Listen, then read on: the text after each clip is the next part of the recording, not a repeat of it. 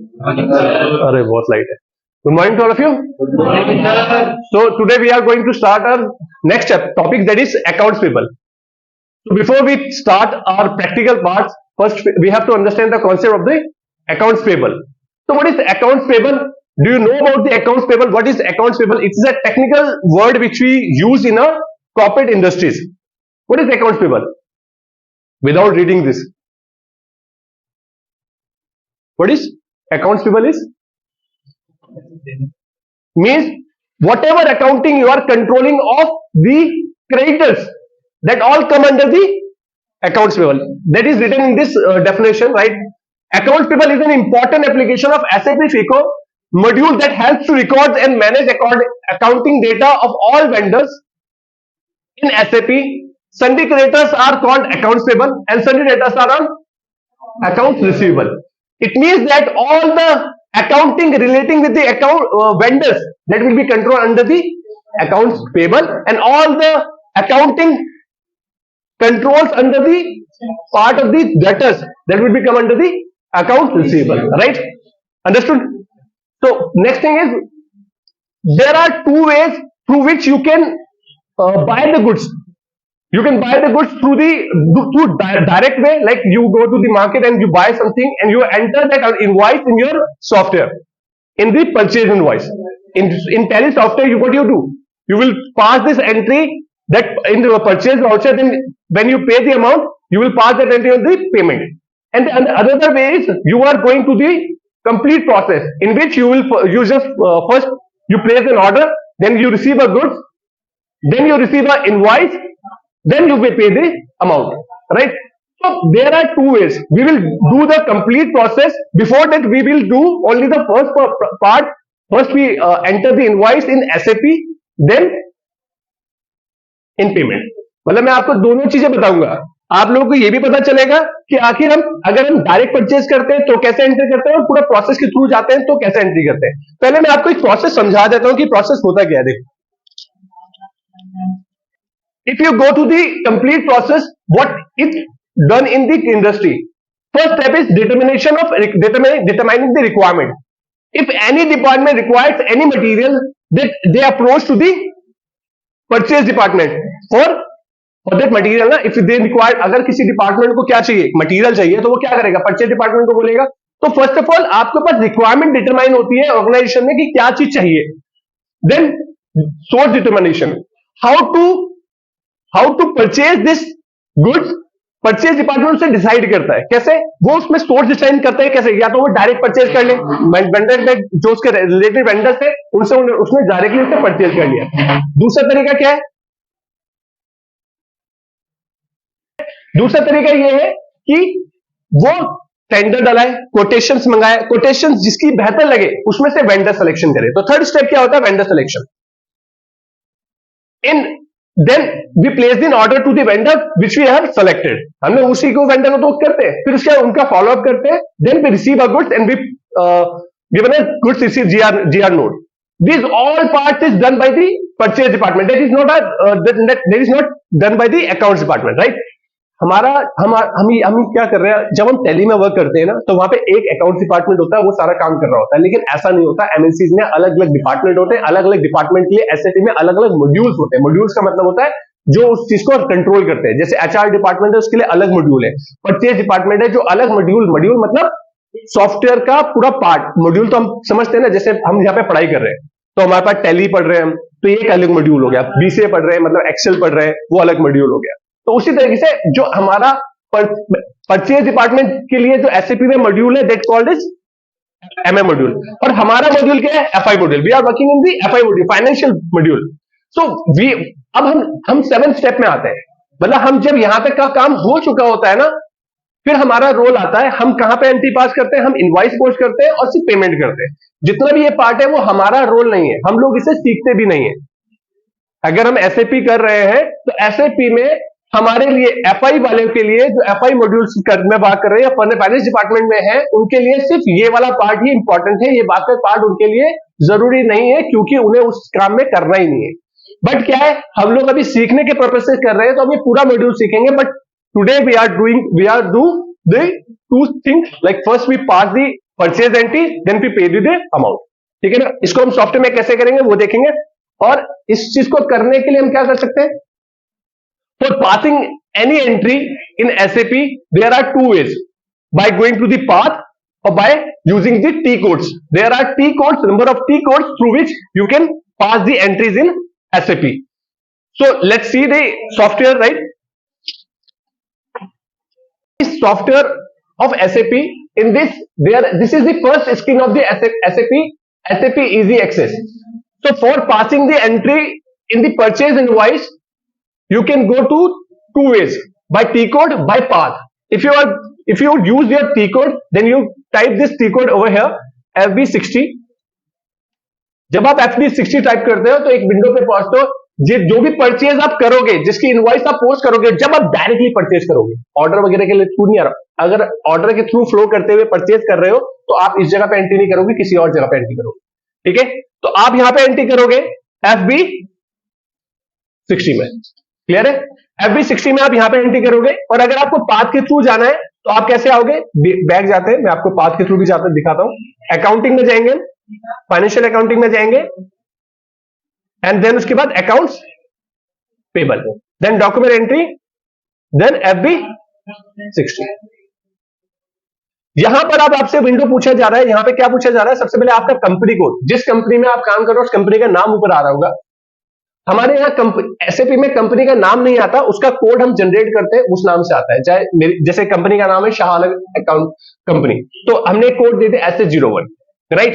तो उस कोड से ही उस कंपनी को जाना जाता है एसएपी में। हम लोग फिर उसके बाद यहाँ पे क्या डालेंगे, वेंडर का नाम डालेंगे। लेकिन एसएपी में वेंडर का नाम आता नहीं है, उसके लिए हम क्या करना पड़ेगा, सर्च करना पड़ेगा। यहाँ पर आप अपनी कंपनी कोड में सर्च करना चाहते हो तो यहाँ पे कंपनी कोड टाइप करा और एंटर किया, देन आपको यहाँ पे दिखेगा। यहाँ पर आपको मान लीजिए हमने 3 वेंडर बनाए हुए हैं, हम कोई सा भी वेंडर इस्तेमाल कर लेते हैं, लाइक आकाश, तो उसको एक नंबर अलॉट किया है एसएपी ने, यूनिक नंबर, वो नंबर यहाँ पर आ जाएगा, ये आकाश एंटरप्राइजेस का यूनिक नंबर है।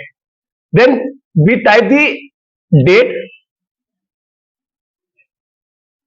ठीक है, ये वाली डेट वो होगी जो डेट इनवॉइस के ऊपर है प्रिंटेड।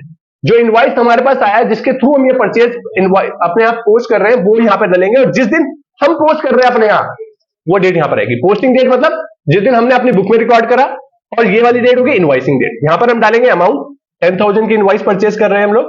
देन यहां पर हम जीएल अकाउंट डालेंगे। जीएल अकाउंट में हम क्या डालेंगे, हमने यहां पे डाला कि परचेज, देखो यहां पे वेंडर तो आ ही चुका है, क्योंकि हम एंट्री क्या करते हैं, purchase account debit to vendor. Then उसके बाद आप यहां पे सर्च करोगे तो आपके पास वो लेजर आ जाएगा परचेज का, this is the purchase account. जैसे आप सर्च करोगे, उसको भी एक यूनिक नंबर दिया गया है, तो वो नंबर से वो यहां पर रिकॉर्ड होगा। और यहां पर हम एंटर करेंगे 10,000। तो जैसे मैं एंटर मारूंगा, यहां पर एक मैसेज आएगा कि इसके ऊपर टैक्स भी लगाना है। अगर आपको इसके ऊपर जीएसटी लगाना है तो आप इसमें लगा सकते हो। अभी मैं जीएसटी का रोल नहीं ले रहा हूं, तो मैं एंटर करूंगा। ये सिर्फ एक मैसेज है, एंटर करिए। जैसे आप एंटर करेंगे, यहां पे एक ग्रीन टिक आ जाएगा। ग्रीन टिक का मतलब है कि डेबिट और क्रेडिट साइड दोनों साइड है आपस में मैच हो चुकी है। अगर आपको एंट्री पास सेव करने से पहले देखना है कि एंट्री हो क्या रही है, तो आप इसे सिमुलेट करके देख सकते हो। जैसे आप इसे सिमुलेट करेंगे, फिर ये आपसे मैसेज दे रहा है कि आपको टैक्स इंप्लीमेंटेशन देना चाहिए। तो मैंने कहा नहीं, कोई बात नहीं, मैं विदाउट टैक्स भी एंट्री करना चाह रहा हूं, क्योंकि विदाउट टैक्स की इनवॉइस है। एंटर मारेंगे आप, जैसे एंटर मारेंगे आपको एंट्री दिखाएगा, आकाश एंटरप्राइजेस इज क्रेडिटेड। अब ये नहीं पता चल पा रहा है ये क्रेडिट हो रहा है, डेबिट हो रहा है। एसएपी में ये नहीं पता चल पाता, उसकी पोस्टिंग की ये बताती है। वेंडर जब भी क्रेडिट होता है उसकी पोस्टिंग की होती है 31, और जब भी कोई जीएल अकाउंट डेबिट होता है उसकी पोस्टिंग की होती है 40। और या तो आप इसके थ्रू भी पता कर सकते हो पोस्टिंग की, या फिर इसमें इंडिकेटर है, अगर क्रेडिट है तो उसके आगे माइनस का साइन आएगा, और क्रेडिट नहीं है तो उसके साथ कोई भी साइन नहीं आएगा। तो इससे आपको पता चल जाएगा। ये आपका हेडर पार्ट होता है। हेडर पार्ट मतलब जैसे टैली में हम एंट्री करते हैं, तो टैली में जब हम पेमेंट वाउचर में एंट्री करते हैं तो उसका टी कोड क्या होता है, F5। तो उसी तरीके से जब हम इनवॉइस पोस्ट करते हैं, तो इस इनवॉइस का जो डॉक्यूमेंट टाइप, ये किस तरीके का डॉक्यूमेंट है, वो डिफाइन करता है this KR। KR is a document type. KR document है, वेंडर इनवॉइस डिफाइन करता है। डॉक्यूमेंट नंबर, जब ये सेव हो जाएगा तो एक डॉक्यूमेंट यूनिक नंबर मिलेगा इससे, जिससे ये आपको दिखेगा। जैसे आप इस पर क्लिक करोगे, यहाँ पे दिख जाएगा किस कंपनी कोड में हो रहा है, किस फिस्कल ईयर में हो रहा है, किस डेट पे हो रहा है, किस पीरियड में। 6 मतलब 6 पीरियड, अप्रैल टू, अगर हम सितंबर देखें तो सितंबर इज द 6 पीरियड। तो अब इसे हम सेव कर देंगे ऐसे। जैसे आप इसे सेव करोगे ये आपको एक यूनिक नंबर देगा, ठीक है ना, जिससे ये डॉक्यूमेंट सेव हो चुका है, राइट। इसके बाद भी अगर आप इस एंट्री को देखना चाहते हो तो डिस्प्ले में जाकर के आप यहां जाके डिस्प्ले में जाके देख सकते हो, राइट। तो आप यहां पे जाके देख सकते हो, कोई दिक्कत तो नहीं है। कभी आपको किसी वेंडर का लेजर देखना है कि आखिर वेंडर का लेजर क्या बोल रहा है, राइट। आपको देखना है कि आखिर उसकी इंफॉर्मेशन देखनी है आपको, वेंडर लाइन आइटम्स डिस्प्ले। तो आप कहां जाओगे, देखिए अकाउंट्स में जाओगे और आपको ये टी कोड मिलेगा FBL1N, FBL। जैसे आप इस पर टिक करेंगे आप यहां पे पहुंच जाएंगे। आप उस लेजर की, उस वेंडर की डिटेल दे सकते हो, कब कब मैंने उससे सामान खरीदा, कब कब उसे पेमेंट करी। तो यहां पर आप वेंडर का अकाउंट दोगे, यहां पे सर्च करा, किस कंपनी कोड में सर्च करना चाहते हो, ये सेलेक्ट करा और टिक कर दिया, तो जितने भी इस कंपनी कोड के अंदर वेंडर बने होंगे दिख जाएंगे। आकाश एंटरप्राइजेस पे टिक करोगे, देन उसके बाद यहां पर अब आपसे पूछा है उसका कौन सा स्टेटस आप देखना चाह रहे हो। सिर्फ वो देखना चाहते हो, वो बिल देखना चाहते हो जो ओपन है, ओपन मतलब जो अभी तक क्लियर नहीं हुए, जो अभी तक क्या है क्लियर नहीं हुए, या क्लियर आइटम जो क्लियर हो चुके हैं वो देखना चाहते हो, ये सारे ओपन और क्लियर दोनों, हमने कहा टोटल देखने हैं। और इस पर टिक करके एग्जीक्यूट पे टिक करो। जैसे आप एग्जीक्यूशन पे टिक करेंगे तो आपके पास ये डिस्प्ले आ जाएगा, ये सारे बिल अभी क्या है ओपन है, ये सारे बिल क्या है ओपन है, which we have to pay, and these are the clear items. Correct है ना। किस, ये क्या है, केजेड इज अ पेमेंट। कैसे पता चलेगा ये क्या, कौन सी ट्रांजेक्शन है, ये पेमेंट की ट्रांजेक्शन है। केजेड उसका डॉक्यूमेंट टाइप है जिससे पता चलेगा। KR इनवॉइस टाइप, ठीक है ना। ये सारी चीजें उसको डिफाइन करती है। जो भी एंट्री हमने करी है उसका डॉक्यूमेंट नंबर यहां पे दिख रहा है और किस डेट पे करी है और वो कितने अमाउंट से हुई है। अगर आपको उस एंट्री को देखना है तो आप यहां से देख भी सकते हो इस पर क्लिक करके। जैसे आप इस पर क्लिक करोगे तो आपको एंट्री खोल के दिखा देगा कि आखिर एंट्री हुई क्या, राइट। तो this is the accounts payable part. इसमें और भी चीजें that which we cover in the next class. Okay, understood. कोई दिक्कत है इसमें, कुछ पूछना है? चलो ठीक है। हम लोगों ने क्या करा, अभी एक इनवॉइस पोस्ट कर लिया था, ठीक है, और उसमें एक पार्ट रह गया हमारा, तो उसे मैं कंप्लीट कर देता हूं आज ही, फिर बाकी का क्लास हम जो नेक्स्ट क्लास में करेंगे। तो हमारा क्या है, एक पेमेंट का पार्ट रह चुका है। हम लोगों ने इसमें देखा था कि जब हम लोगों ने इसमें इनवॉइस पोस्ट किया था तो इसमें बहुत सारी इनवॉइसेस ऑलरेडी है। तो आज कितनी है, 28। तो 28 को मैंने 2 एंट्रीज करी है। तो जो अभी मैंने अभी एंट्री करी थी वो ये थी लास्ट, ठीक है ना। तो वो ये एंट्री थी 10,000 की, इसकी मैं पेमेंट कर रहा हूं, मैं पेमेंट कर रहा हूं। तो मैं पेमेंट करूंगा तो कैसे करेंगे हम इस पेमेंट को, वो मैं आपको दिखाने जा रहा हूं, देखिएगा। आप इसके लिए क्या करोगे, मैं अगर मुझे एक और सेशन खोलना है, जैसे इस सेशन में तो मैं हूं, मैं इसी सेशन में ढूंढ करके यहां जाता हूं, ठीक है।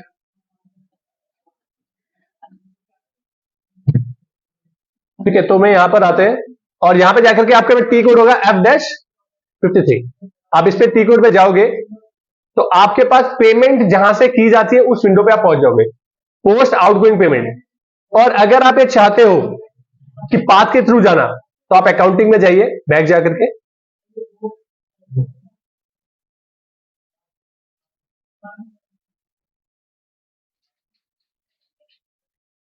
ठीक है, फाइनेंशियल अकाउंटिंग, देन उसके बाद अकाउंट्स टेबल,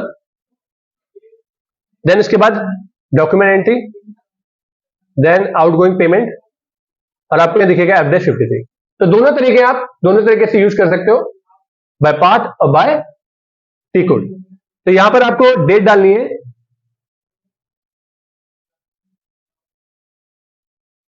किस डॉक्यूमेंट टाइप में एंट्री कर रहे हो। जो हमारा पेमेंट डॉक्यूमेंट टाइप होता है वो KZ होता है, जिस कंपनी कोड में कर रहे हो वो यहां पर आप डालेंगे। आपकी करेंसी क्या है वो आप यहां पर डालेंगे, INR। तो जो चीज मैंडेटरी होती है उसमें एक ऐसा टिक आता है जो भी आपको दिख रहा था इसमें, जैसे आप ये टिक देख रहे हैं, तो जो जो फील्ड्स यहां पे मैंडेटरी है वो यहां पर डालना पड़ेगा, INR में डालेंगे। बाकी सब चीजें छोड़ दीजिए। इसके बाद आप ये बताइए कि जो बैंक डिटेल है कि किस बैंक से आपका पेमेंट जा रहा है, बैंक के थ्रू या कैश के थ्रू। तो आप यहां पे क्लिक करिए और सर्च करिए अपना बैंक है कैश। तो आपने बोला SBI बैंक, तो SBI टिक कर देते हैं। अमाउंट कितना पे कर रहे हैं, मान लीजिए मैं पूरी पेमेंट कर रहा हूं। आज हम सिर्फ फुल पेमेंट सीखेंगे कि कंप्लीट पेमेंट, अगर बिल के अगेंस्ट पूरी पेमेंट कर रहे हैं तो कैसे करेंगे। तो यहां पे करें, यहां पे आप नरेशन लिख सकते हो, टैक्स में वैल्यू डेट लिख सकते हो जिस डेट पे हो रहा है, और यहां पर आपका अकाउंट में जाएंगे। तो यहां पे जाने के बाद आपको जिसको पेमेंट कर रहे हैं, किसको पेमेंट कर रहे हैं, आकाश एंटरप्राइज को, इस पे क्लिक करेंगे और एग्जीक्यूट करेंगे। अगर इसमें कोई ऐसी चीज जो मैंडेटरी है हमने नहीं डाली है तो अगर वो छूट चुकी है तो अगर आप जैसे इस पे क्लिक करोगे वो बता देगा।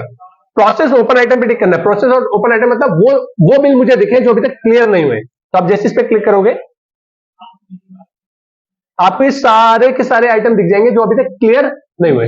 तो अभी यहाँ पे क्या दिख रहा है, अमाउंट एंटर है, 10,000 एंटर करा है, लेकिन ये किसके अगेंस्ट पेमेंट कर रहा हूं, ये सारे सेलेक्ट हो गए बाय डिफॉल्ट 3,65,300 के। ये तो डेबिट और क्रेडिट हमारा मैच नहीं करेगा, तो मुझे तो असाइन वही करना है जिसके अगेंस्ट में पेमेंट कर रहा हूं।